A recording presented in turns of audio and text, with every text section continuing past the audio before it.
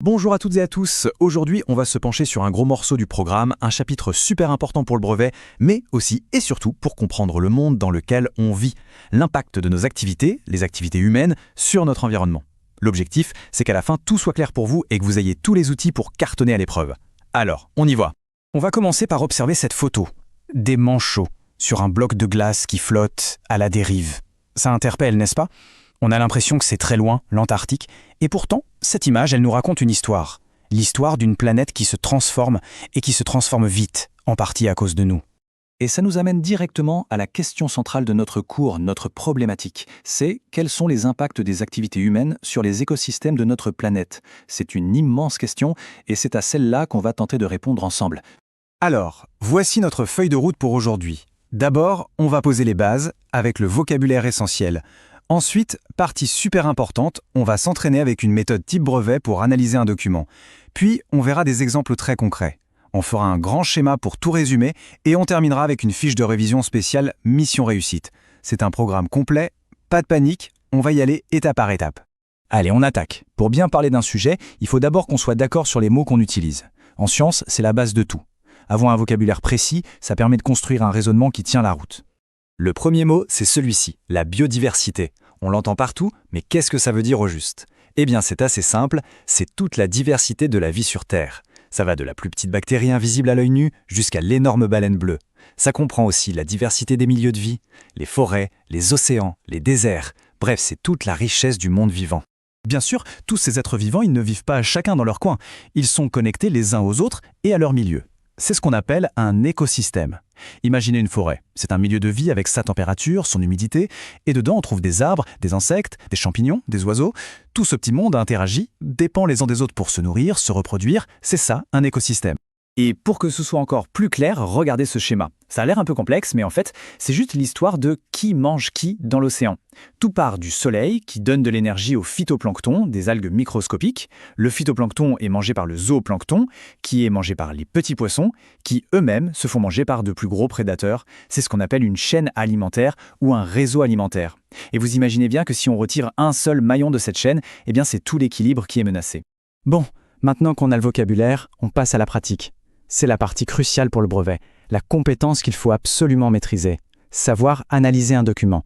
On va décortiquer ça ensemble avec un exemple très concret. Voilà typiquement le genre de document qui peut tomber le jour de l'épreuve. Un graphique en barre. Je sais, parfois ça peut faire un peu peur. Mais en réalité, si on a la bonne méthode, c'est une vraie mine d'or d'informations. Celui-ci, il nous montre de combien de kilomètres plusieurs espèces ont déplacé leur habitat vers le nord, en Angleterre. Et la méthode, elle est super simple. C'est comme une recette en 3 étapes, à appliquer à chaque fois. Étape 1, je lis tout. Le titre, ce qu'il y a sur l'axe vertical, ici les kilomètres, ce qu'il y a sur l'axe horizontal, là, ce sont les espèces. Ça, c'est pour savoir de quoi on parle. Étape 2, je prélève une information précise, avec la phrase magique « je vois que ». Et enfin, étape 3, je conclus, je donne du sens, avec la deuxième phrase magique « j'en déduis que ».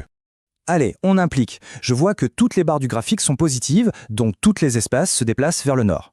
Je peux même être plus précis, c'est toujours mieux. Par exemple, la libellule s'est déplacée de presque 80 km. Ça, c'est l'observation. Maintenant, l'interprétation, j'en déduis que si toutes ces espèces montent vers le nord, c'est probablement qu'elles cherchent des températures plus fraîches. Ce phénomène est donc sûrement une conséquence du réchauffement climatique. Et voilà, une réponse claire, en 2 temps, qui utilise le document. C'est exactement ce qu'on attend de vous. Ok, on a parlé des manchots, on a vu une méthode, mais concrètement, est-ce que tout ça, ça nous touche ici, près de chez nous ?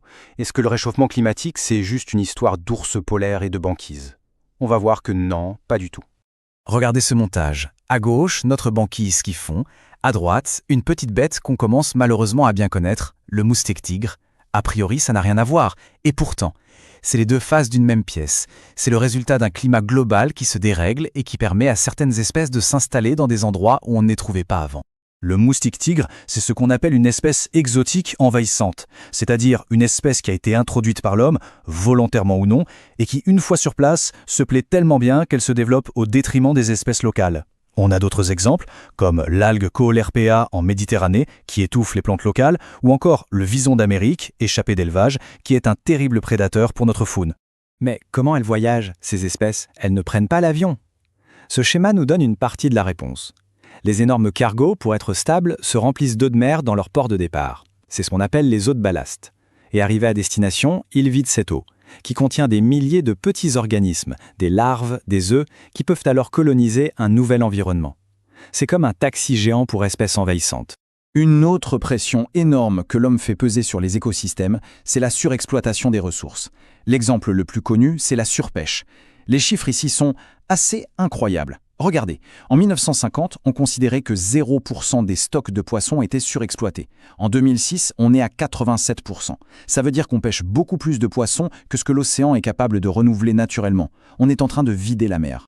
Bon, on a vu pas mal de choses. Le réchauffement, les espèces qui voyagent, la surpêche. Tout ça peut sembler un peu dispersé.